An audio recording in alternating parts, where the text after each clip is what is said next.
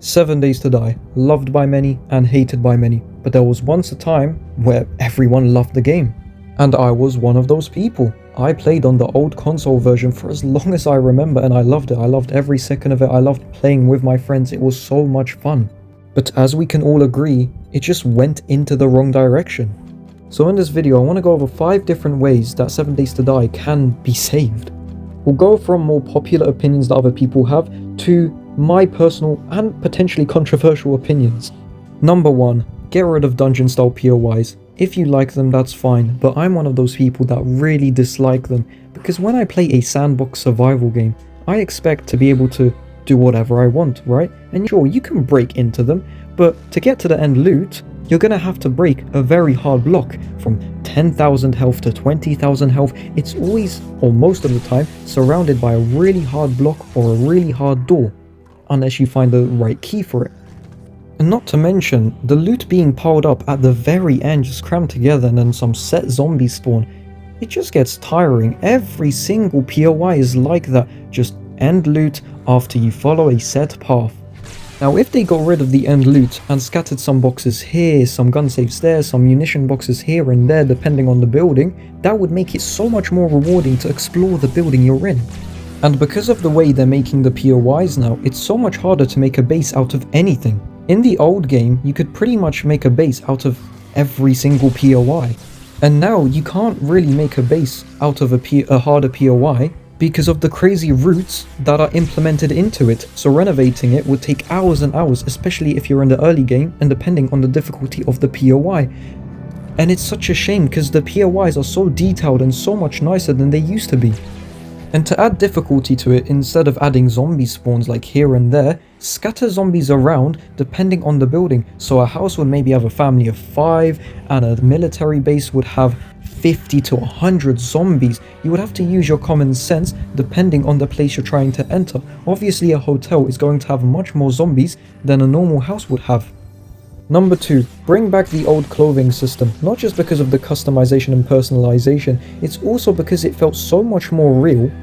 It would also fix the temperature problem. Yes, they re-added it, but it feels so lazy and forced.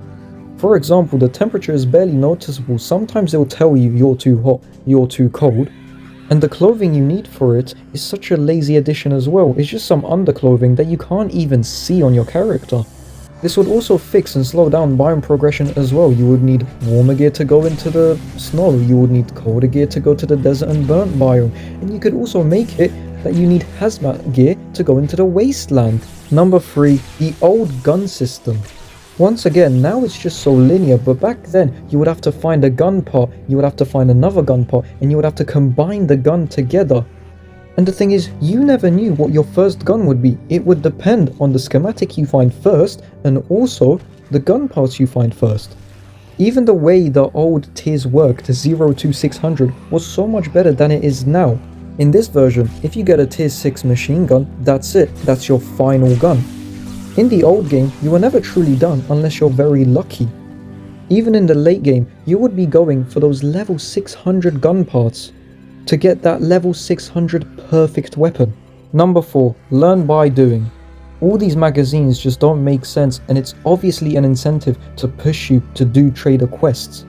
Now, do I think they should be completely removed? No, there should be cooking magazines to help you get your cooking up, make some more complex meals, learn the shamwage secret, that's fine. Magazines to help your combat ability and all that, that's perfectly fine as well. But also alongside it, why not add learn by doing? Then you would truly have the free choice of either doing some trader quests for the magazines or surviving by yourself and learning the longer way. Number 5, stop the incentive to do trader quests. The best way to survive and get loot, trader quests. And it's just tiring because in the old version, the only reason the trader was there, you will never guess why, just to trade. Now having to run some errands for the trader isn't a bad thing. You could set it so it's once in a while. But the fact you have to do about 10 quests every trader to move on to the next trader is so absurd and genuinely draining. Number 6, more block upgrade variants. In the old version, you could upgrade the block to 3 stages of metal. And even though it was a pretty big waste of resources, if you were desperate, you had the choice to do that. Now upgrading feels so empty. Wood, cobblestone, concrete, steel. Even back then, they made steel so much harder to craft, and I think it's for a valid reason. It's the hardest block in the game. Number 7. Change the vibe of the game. Now I know that sounds crazy, and I genuinely thought I was just bugging out and I thought I was the only one, but I saw someone on forums say the same exact thing as me. For example, the wasteland biome, back in the old game, it used to feel more murky, more depressing, more like the wasteland biome. Now you have this massive city in the middle that's crammed together with all these buildings, and I just thought to myself, wasn't it meant to be the place that got nuked on the map? It makes sense, right? There's just barely any destroyed buildings anymore. It doesn't feel like a wasteland city. The only thing that makes it a wasteland city are the dangerous zombies. There should be more destroyed buildings. There should be less crammed buildings together. Yes, I understand it's meant to be a city, and the old grid cities weren't the most interesting. But now, there's literally too much. I can guarantee you, if you went to loot the wasteland city, the biggest one on your map, you wouldn't be able to loot all of it, because there is literally too much. It's meant to feel barren, it's meant to feel depressing, it's meant to feel alone, it's not meant to feel claustrophobic. Maybe add that to another biome, the plains, the snow, I'm not sure, but it's not for the wasteland. However, make it more rewarding, but realistically, instead of just bumping up the loot in general, make it so that more military type places spawn more often there. That could have been potentially the reason that whole area could have been nuked. Number 8. Make the zombies fit the biomes. Because of the way that the loot stage system works now, you can find some crazy radiated zombies in a normal plains biome house. But if you didn't have that system in place, you would have more biome specific zombies, which actually links with number 9, add lootable zombies back. And this would be amazing because then it would give an incentive to the players to go to the different biomes such as the wasteland biome. For example, the old version of the game, there were ferals in the wasteland biome, and they were very dangerous. Even if you had some endgame guns, they were still very dangerous. And if you killed them and looted them, they had a chance to drop something such as military fibers, and they were used to repair military gear, which I believe was the best armor back then. So if you change both these things back, it would give players an incentive to go to the other biomes, not just the increase in loot stage. Finally, number 10. Add more realism to each biome.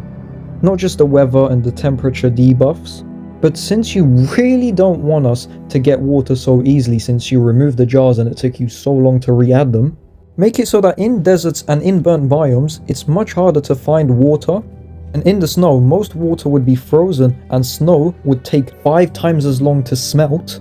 And finally, in the wasteland, you could just make it radioactive so you can't drink there. Maybe add some rad pills to get rid of radiation poisoning, but that would make it, if you for some reason wanted to live in the wasteland biome, you would need a water supply system from the plains biome. It would just connect the world so much more, and it would just feel more realistic. Well, this is it. These are my 10 ways to save 7 days to die, and I'm sorry for the not so great video. I don't really post on YouTube anymore, and I couldn't really be asked to edit that well, so hey, let me know about these choices if you think they're good, if you think they're bad, or what you personally would want to change that I haven't said already.